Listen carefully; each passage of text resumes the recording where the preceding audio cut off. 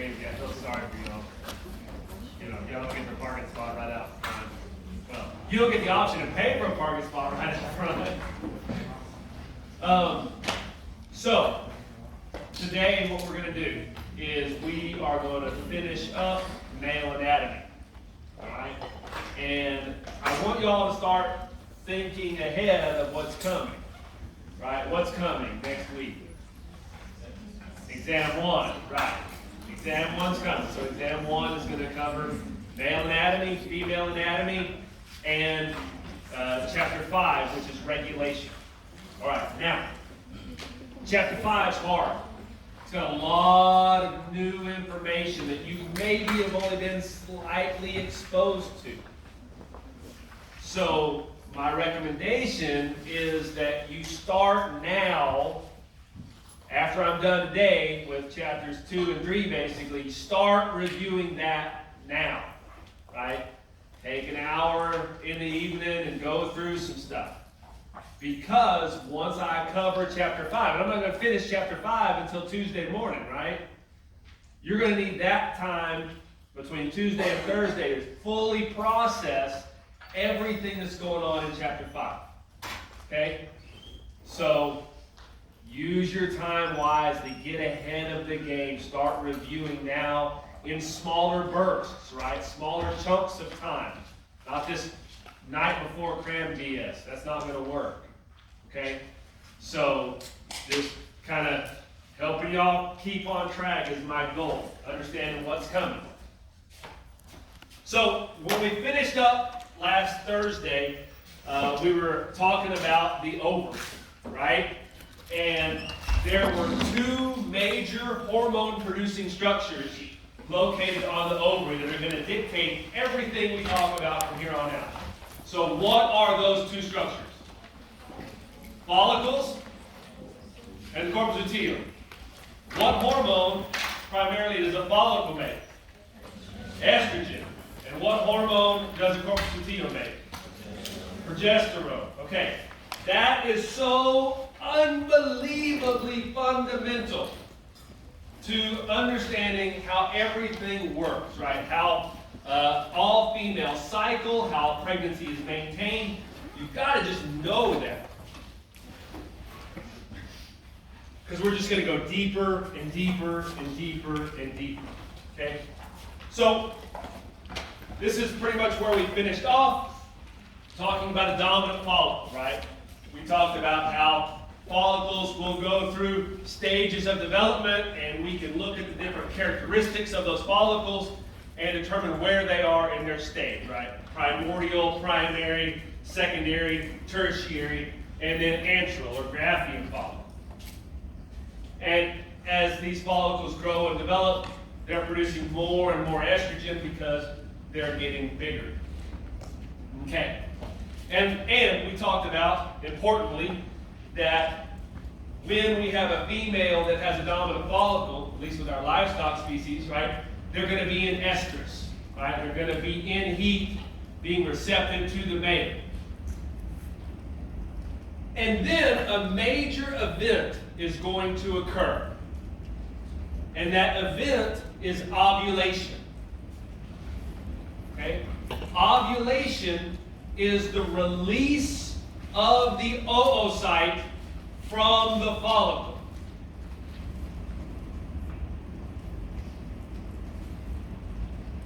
And I see this get poorly worded all the time. The follicle is not released. The oocyte that is within the follicle is what's released. And we can see that right here. Right? So here is our oocyte with a few surrounding granulosa cells being released from the follicle. And again, this is called ovulation. And at this point, the oocyte is going to get taken up into the oviduct and move down the reproductive tract, hopefully for fertilization.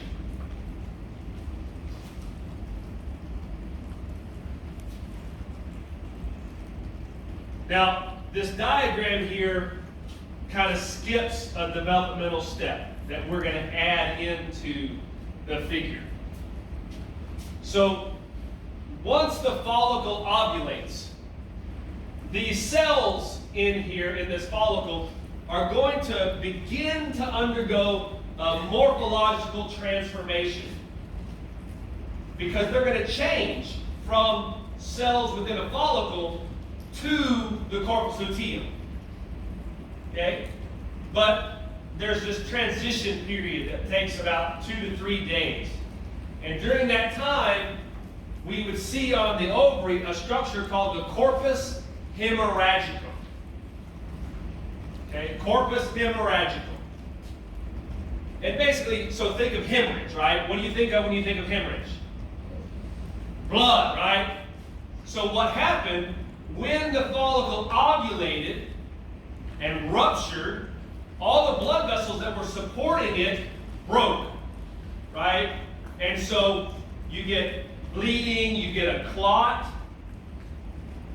and we can see this clotty hemorrhagic structure located on the ovary. And we would know, okay, she just ovulated. That's where she is in her cycle. She just ovulated.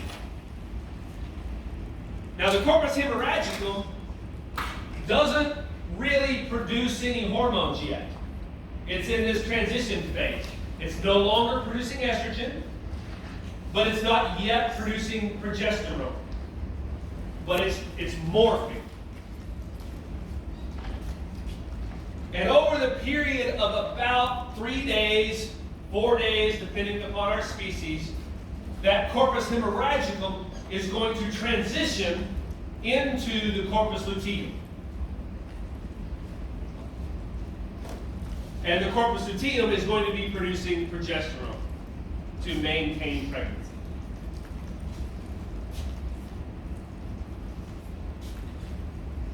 Yes?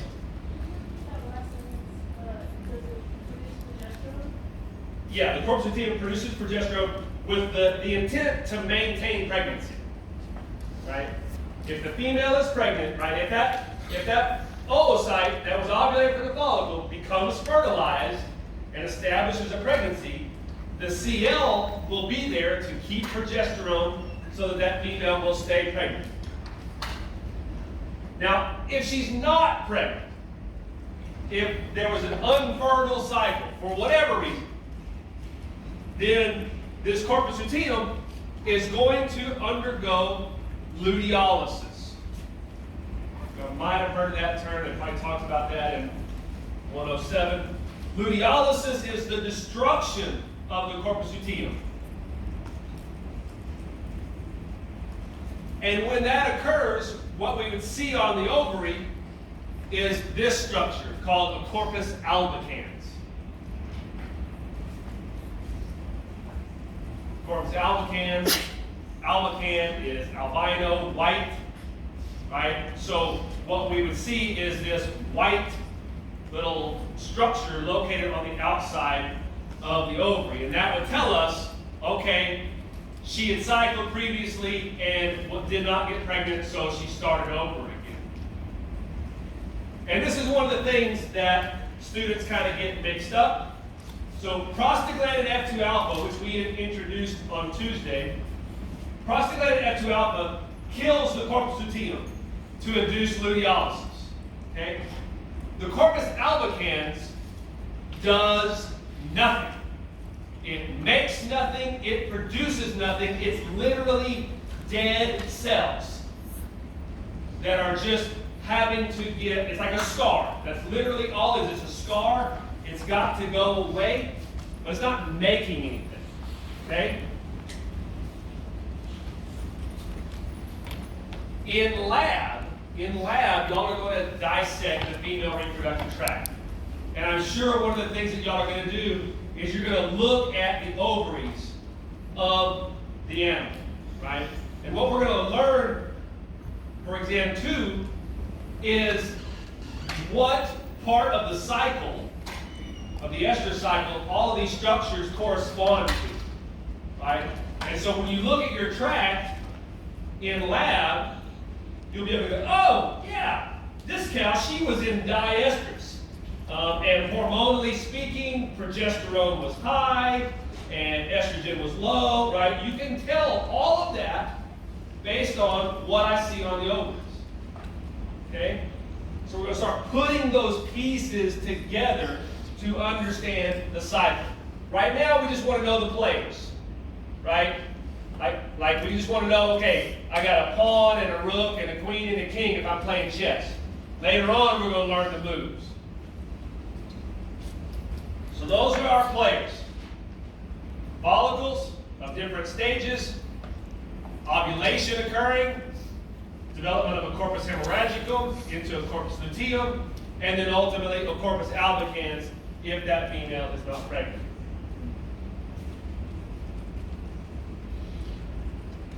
Okay, so that was our ovary. Now we're going to move to the oviduct. Oh, sorry, yeah.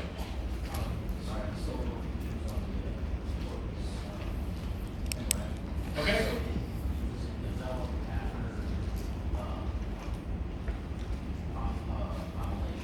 Yes. Okay, so we'll get into the nitty-gritty of the cell types later. But all of these cells that are remaining from the follicle, they're going to transform into a completely different cell type. And that transformation period, that's the corpus hemorrhagicum. Yeah. Is that transition phase like 2 to 3 days, like to get the corpus hemorrhagicum, and then another 2 to 3 days for the corpus luteum? No, the corpus luteum will stay longer. Okay. It'll stay a lot longer. We'll get there. We'll get to that. That's a good question. We'll get to how long and what everything's doing later on. Right now, let's just get our structures down. This is what they are, what they make. So we're in the oviduct. So you always have to try to think about the big picture, right? So if I'm thinking about hormones, then I'm thinking about, okay, what's on the ovary? What's going on in the brain? Where's my gamete during the developmental process, right? You gotta put all the pieces together. Okay, so we just got done talking about the ovary, right? And ovulation. The oocyte, as it's ovulated, is going to be released and move next to the oviduct. Okay? So while our corpus hemorrhagicum is forming on the ovary, hopefully fertilization is occurring in the oviduct, right? That's where our gamete is now. So we break the oviduct up into 3 different segments, okay? And each segment is going to have an independent function. The first segment of the oviduct, oh, by the way, in women, we often refer to the oviduct as the fallopian tubes, right? But in livestock, we usually refer to it as the oviduct. So the first segment of the oviduct is the infundibulum, okay? And the job of the infundibulum is to surround the ovary, to catch the oocyte as it's released. Okay?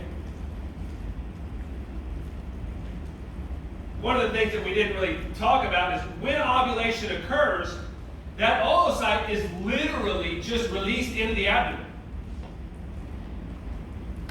If the oviduct does not pull it in, then pregnancy couldn't occur. Well, it couldn't, because that's how you get ectopic pregnancies and weird things like that, which happen in women, don't happen in livestock species.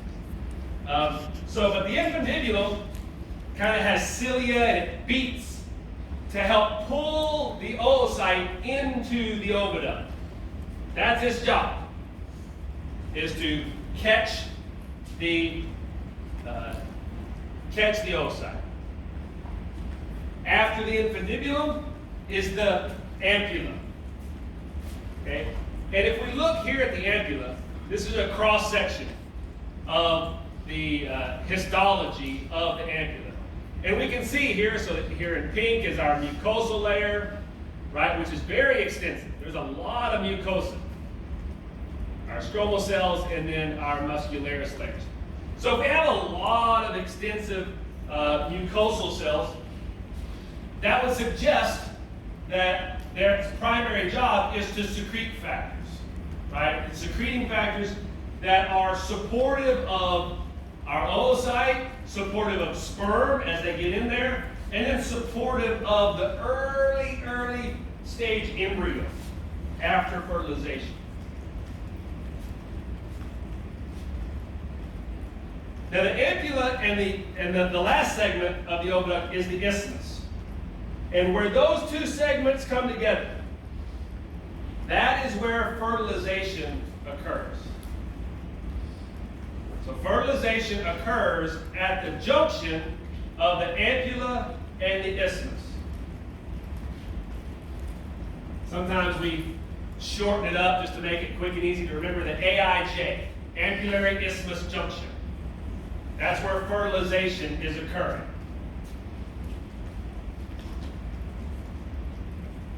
When we look histologically at the isthmus, which is the third and final segment, what do we notice about the isthmus in comparison to the ampulla? What's that? More muscularis, yes, and less mucosa, right?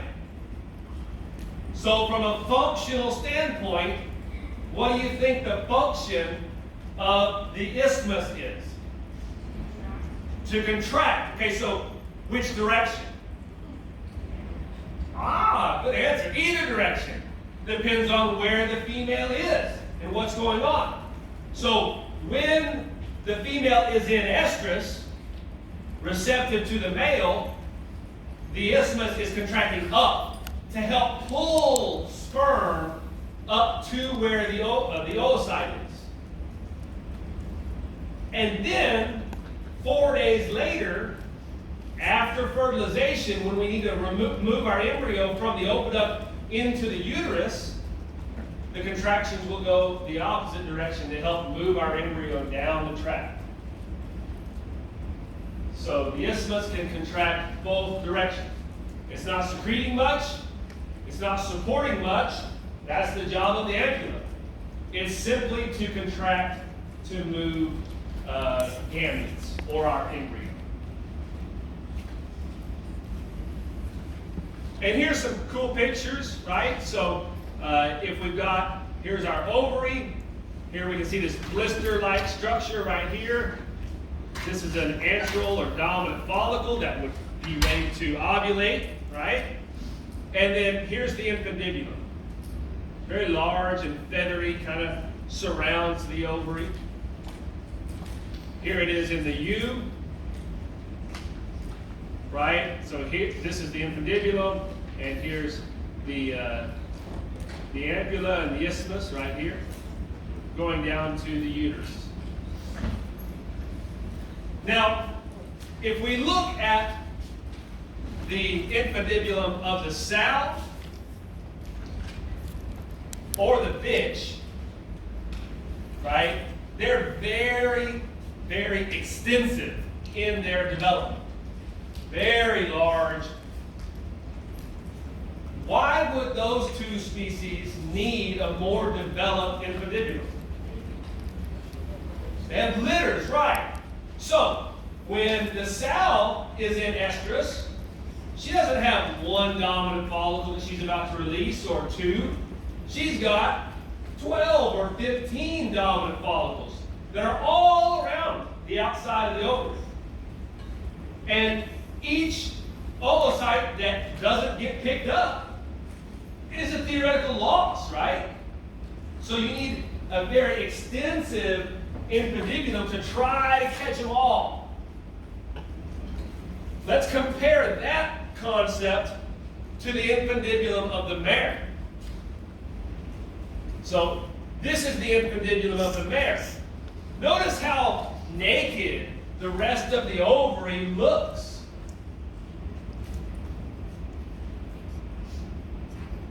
So why is the infundibulum of the mare so underdeveloped in contrast to the sow? She only has one. That's true, but so does a cow. What's different about the ovary of the mare? It was inverted, right? The cortex, which is where our gametes are at, is on the inside. How does that gamete get out during ovulation? In horses, there's a structure or an opening called the ovulation fossa, where all ovulation occurs out of that single spot of the ovary. That's not true for the cow. The cow can ovulate from anywhere on the outside of her ovary, depending upon where that follicle goes. But because the mare, her follicle's inside, in the middle, it only comes out this one opening. Like a volcano, right? It's got one opening for the lava to come out. That's it. That's what's happening here with the mare ovary. So, she doesn't need an extensive infundibulum to catch it, right? Her infundibulum, I just need to cover the top, right? If it's just right there covering the ovulation fossa, then it's going to pick up the oocyte and everything works. So there's no need, right? Evolutionarily speaking, it developed that way because there's no need to have an extensive infundibulum.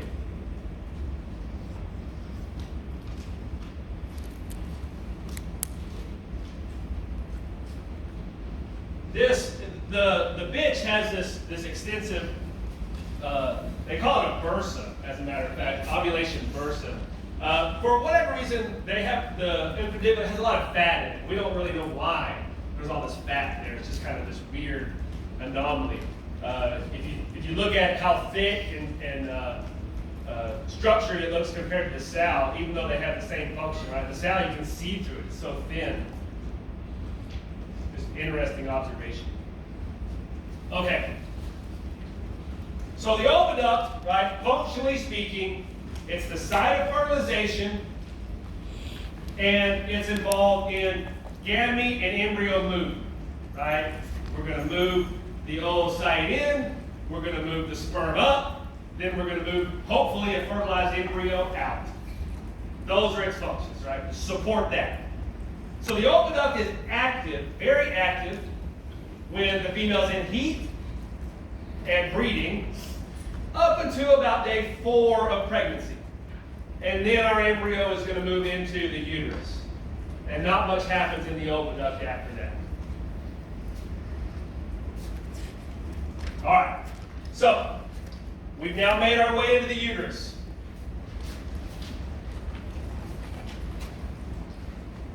So, we can classify the uterus based on its shape. And there's 3 different shapes of the uterus. So the first one is duplex. In species with a duplex uterus,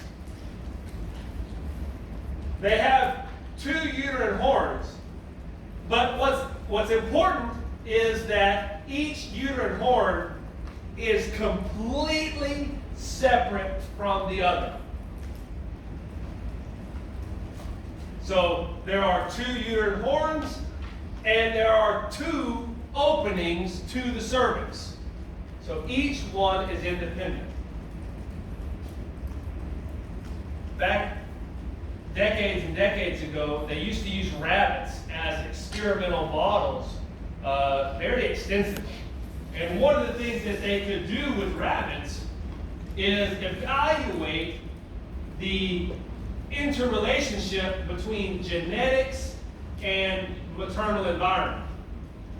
And what they would do is they would inseminate, let's say, the left cervix and uterine horn with semen from one buck, and they would inseminate the right uterine horn with semen from a different buck, right? So different genetics, but all within the same mom, right? The same uterine environment, same nutrition, same weather, same. The difference was the semen. So it made this very interesting model to study the interrelationship between genetics and environment because of their uterine type. So species that have a duplex duplex uterine structure are rabbits and marsupials. So the opossum also has one like this. When you think of duplex, think everything is duplicated. Okay? And I point that out because the next one is bicornuate. And sometimes we think bi as two, but in a bicornuate uterus, not everything is duplicated. So all of our livestock species have a bicornuate uterus. They don't all look the same because there are still species differences, but they all have a bicornuate uterus. So what do we mean when we say that a species has a bicornuate uterus? What we mean is that that species has two uterine horns, right? But also a common uterine body. So there's only one cervical opening that leads us into a common body that then diverges into two horns.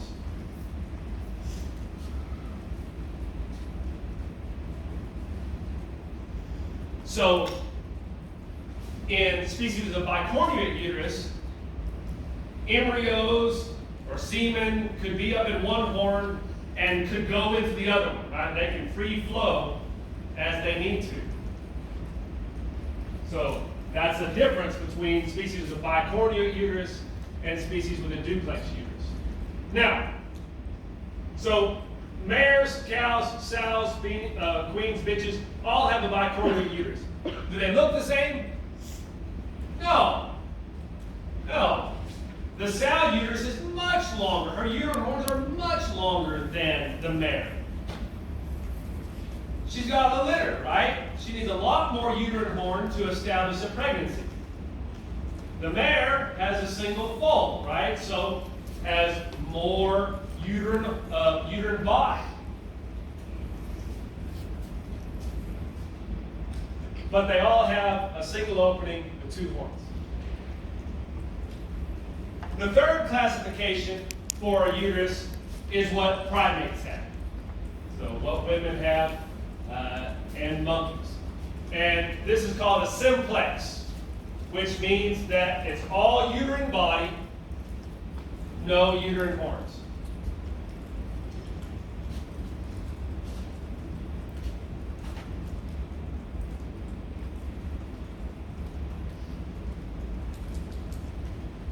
So let's go, we're going to zoom in now microscopically at the uterus. And you need to understand how important the uterus is in successful reproduction, right? So obviously the uterus is going to be involved in housing our fetus. That's the most obvious one. But the uterus is also involved in supporting the early embryo and its development. It's required to produce prostaglandin F2 alpha to cause the female to recycle if she's not pregnant. So that's a major function, right? It's involved in movement of sperm and supporting sperm survival as it's making its way from the vagina or cervix up to the oviduct.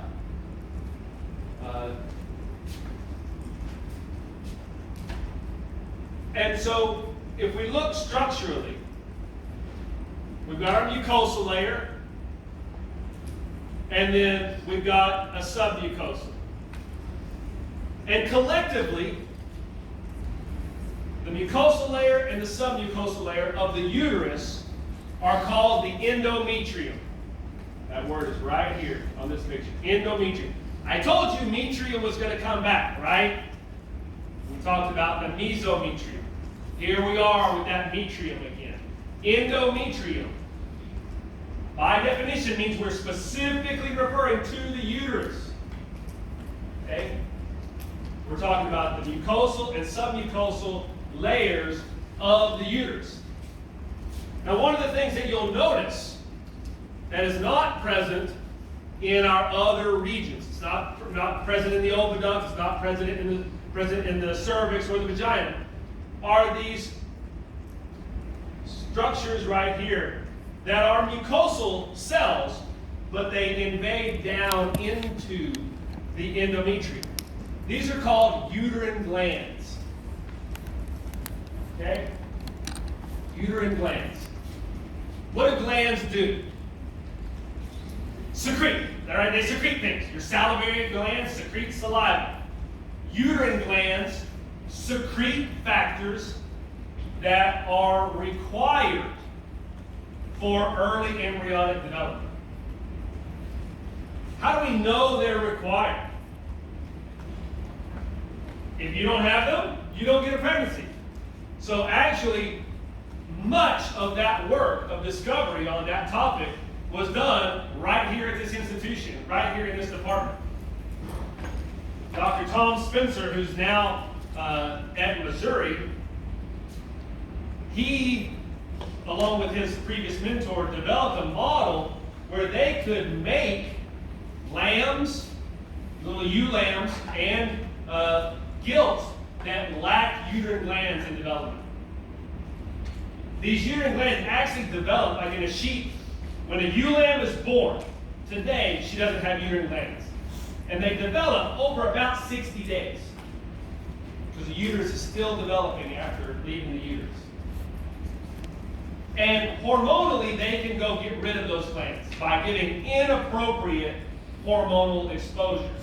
And those ewe lambs didn't have uterine glands. And they would then grow them up to maturity and try to get them pregnant. And they never could get pregnant. And he was doing that right before I started grad school in his lab. And then once I started grad school, we were still doing a little bit of this work. And we were breeding those ewes and then flushing embryos out to try to figure out, okay, we know that the embryos die, but when, right? Why? When is the failure?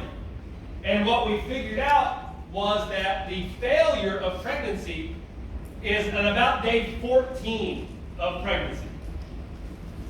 So they could fertilize just fine, right? Fertilization was fine. They made it through the oviduct, no problem, down into the uterus. And then by day 14, all of a sudden, the embryos would die. So what that meant was that there's some factor or factors that are being secreted from these uterine glands that are required for the embryo to continue to develop beyond that far in gestation. What that factor is, we don't know. Okay? Now, and he's continued to do that work. I'm going to try to not segue too long on this, but this is an interesting topic. So, ladies, what do primates do every 28 days? Ovulate. What else? What do we fear every 28 days? Menstruation, right? What is that? Menstruation is when this layer of the endometrium gets sloughed off. That does not occur in any of our livestock species, but it does occur in primates. And then that endometrium has to be regrown for the next cycle. Well, we just got done talking about how important uterine glands are for establishing pregnancies.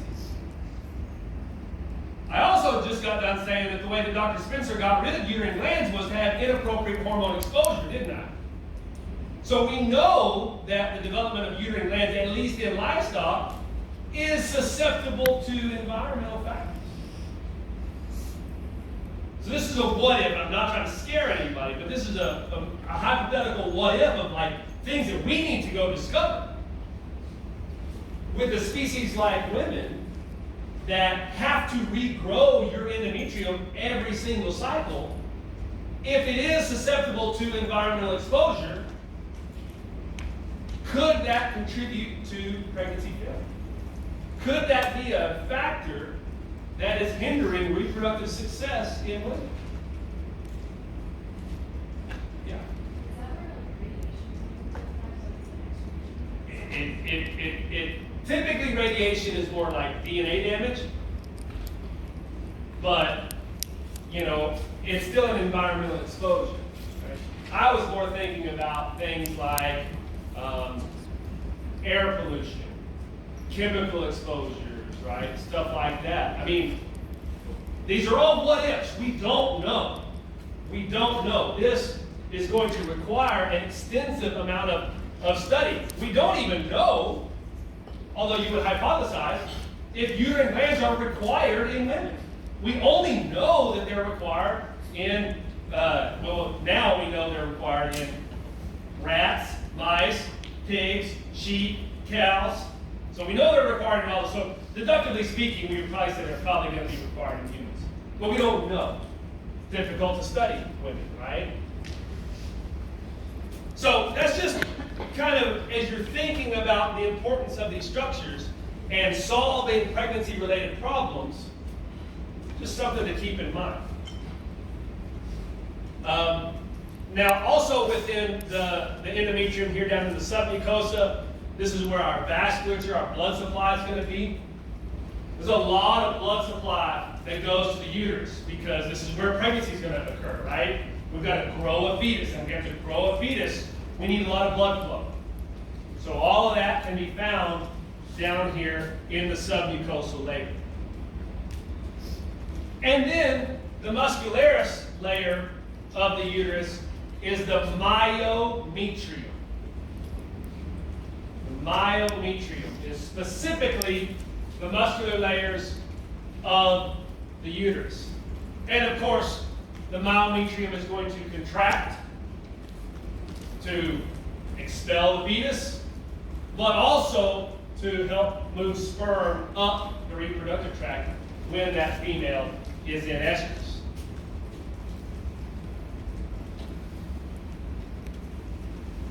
Zooming back out, kind of looking macroscopically here, this is the endometrium of a cow. And so you'll see here, here's our myometrium layer. Here's the endometrium here. And there's these bumps on the endometrium. We can see them even more prominently in the U. Okay? Those bumps are only found in ruminants. And they're called caruncles. Okay? Ruminants have a special placental type. And these caruncles that are found in the maternal endometrium are what will ultimately give rise to that special placental type. So we're going to get there. Don't worry, don't try to go too far ahead. Just know that the caruncles are only in ruminants and that they're going to be the maternal side of the placenta in those ruminant species.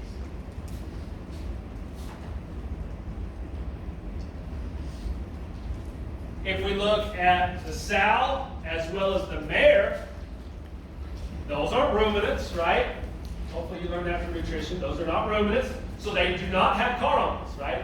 What they have are endometrial folds. All right? All this folding. Why do we have folding? Increased surface area. Why are we increasing surface area in the uterine endometrium? What are we transferring?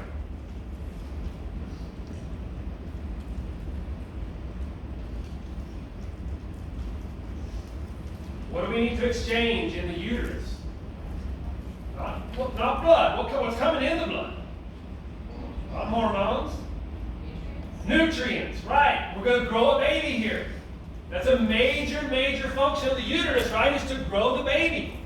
So we have to have substrate, nutrients for that baby to grow. So we have extensive folding to help facilitate that transfer. There's the folding in the marrow. Okay. This is kind of a cool picture. I'm just going to show it because it's cool, and then you'll think back about it later on when we get to example 4. So this is the uterus of the queen. Okay, and what you see that's labeled here are placental scars. Right, so there's a scar, there's a scar, there's a scar, here's a scar. So what's cool about the placentas of the queen and the bitch is they're like the WWF title belt, right? Just a big belt going around in the middle of the fetus. So when they collected this tissue, this queen had apparently, in the recent past, given birth. And so the placenta had been peeled off, separated during parturition, and the endometrium was in the process of repair. So you can still see the repair that was undergoing with the scars. Before this queen got pregnant again, you probably wouldn't be able to see those anymore. They would go away.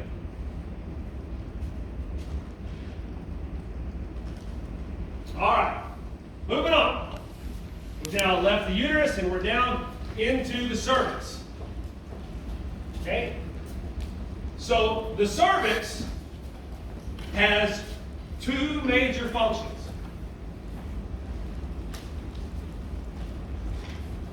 One function is to serve as a barrier. Okay? It's not going to let things in, and it's not going to let things out.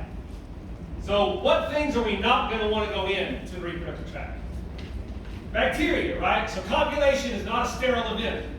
So we need to try to have some mechanisms to keep bacteria out. And then certainly once we have a pregnancy, behind the cervix sitting in the uterus, we certainly wouldn't want bacteria going in, right? That would be really bad. So the cervix is going to be a barrier. Okay? What do we not want going out? What's that? Sperm. We don't want sperm going out. That's true. What else do we not typically want going out? The baby, right? We don't want preterm birth. You've probably heard of having to put women on bed rest. One of the most common causes of needing to put a woman on bed rest is her cervix isn't functioning correctly. It's not doing its barrier function, right? The second function is as a flushing system. Okay, so Cardi B has a whole song about this. If you need some industry relevant information, secretions, lots and lots and lots and lots of mucus secretions from the cervix. Okay, these are having 2 basic functions. Number 1 is lubricating the tract for copulation. When we are AIing a cow, or looking for a cow in heat, frequently we'll see streams of mucus coming out of her vulva. That's all being released from the cervix, okay, the cervical mucosa. The other thing that's happening with that mucus that's being secreted is it's washing dirt and bacteria out, right? The sperm, lucky for them, they have the tails, right? They have the locomotive capacity. So the sperm basically are swimming upstream like a salmon, going up the current, because the flushing system is trying to flush everything out, trying to prevent infections. The absolute worst thing that can happen for reproductive success is a uterine infection, because she's going to stop cycling and pregnancy will frequently fail. So those are the 2 major structures or functions of the cervix: barrier function and flushing system or lubrication. Now, for all of our livestock species except the horse, the cervix has these structures called annular rings. There's like 4 to 5 structural rings that you have to bypass or go through. And at each one, right? There's these little like blind pockets, these little crypts. If you ever AI a cow, you will become unbelievably frustrated with these crypts and these blind pockets because you have to get your insemination rod past them, right? And as the dotted line is depicting, it's not a straight shot because again, the job is barrier. You don't want to make it easy. So you have to get through each of these annular rings. The annular rings of the U are so extensive that we don't even try to AI them going through the cervix like we do a cow.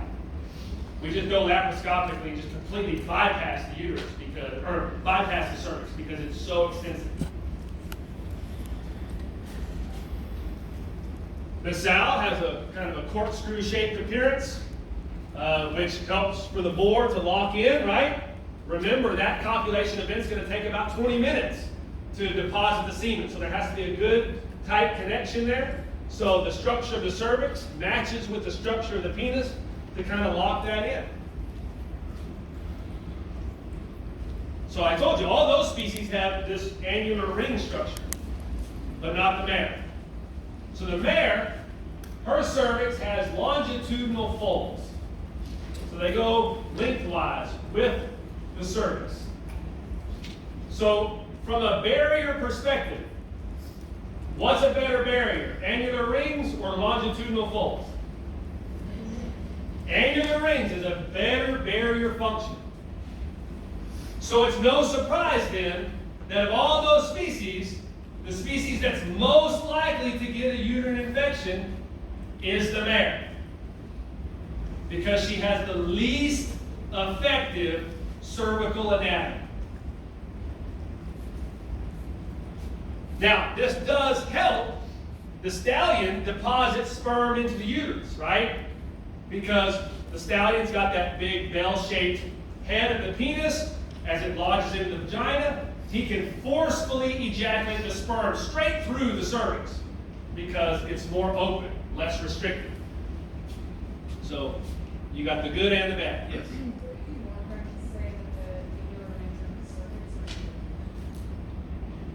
They're in the cervix. They are the cervix.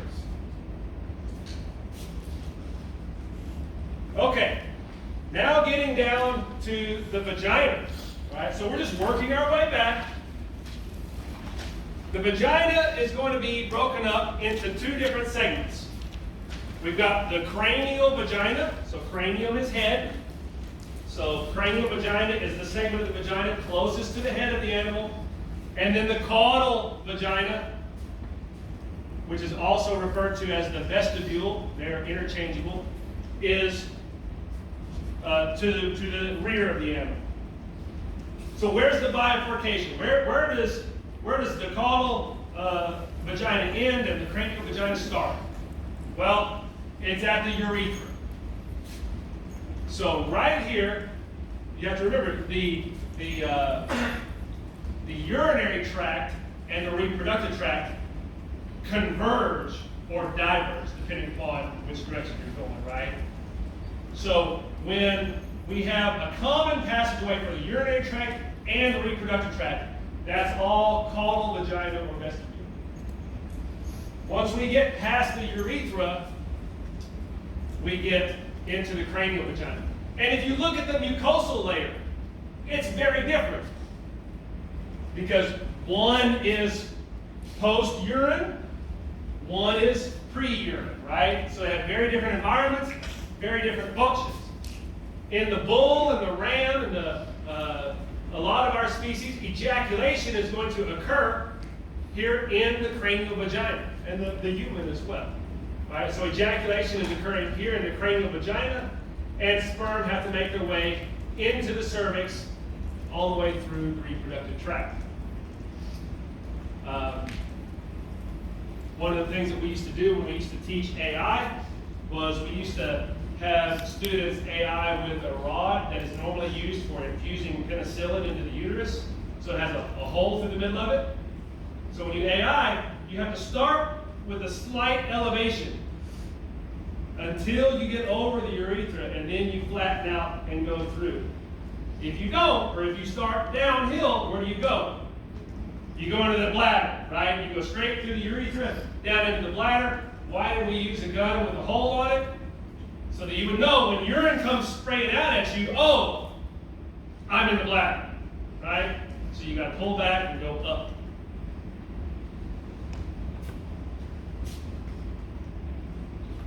Exterior of the female reproductive tract is the vulva. Okay? So collectively we've got the vulva. It's located below the anus, which again facilitates our ability to palpate and do certain things in certain species. Each side of the vulva has a left and right labia. And then there's the clitoris, which is the female analog to the penis. It's highly innervated with nerves. There are some studies that say, like in the cow, if you'll massage the clitoris after AI, that you can slightly increase your pregnancy rates because it facilitates movement of sperm. It helps to cause contractions and whatnot. Who doesn't want to look at giant-sized pictures of vulvas in the morning at 8 a.m.? So there they are, and then for species, yay. One interesting thing about the mare, before we get out of here. So the mare, when she's in estrus, when she's in heat, her vulva will do something kind of unique. It will do what we refer to as winking, which basically means the muscles in the vulva will contract, and it will open the two labia. And the tissue below this labia is pink or red when it's highly engorged with blood flow, right? And so they believe that it's a kind of a beacon to the male, right? Like, okay, here's a red flash, right? Like the light on top of a lighthouse. All right, I'm in heat, check me out, right?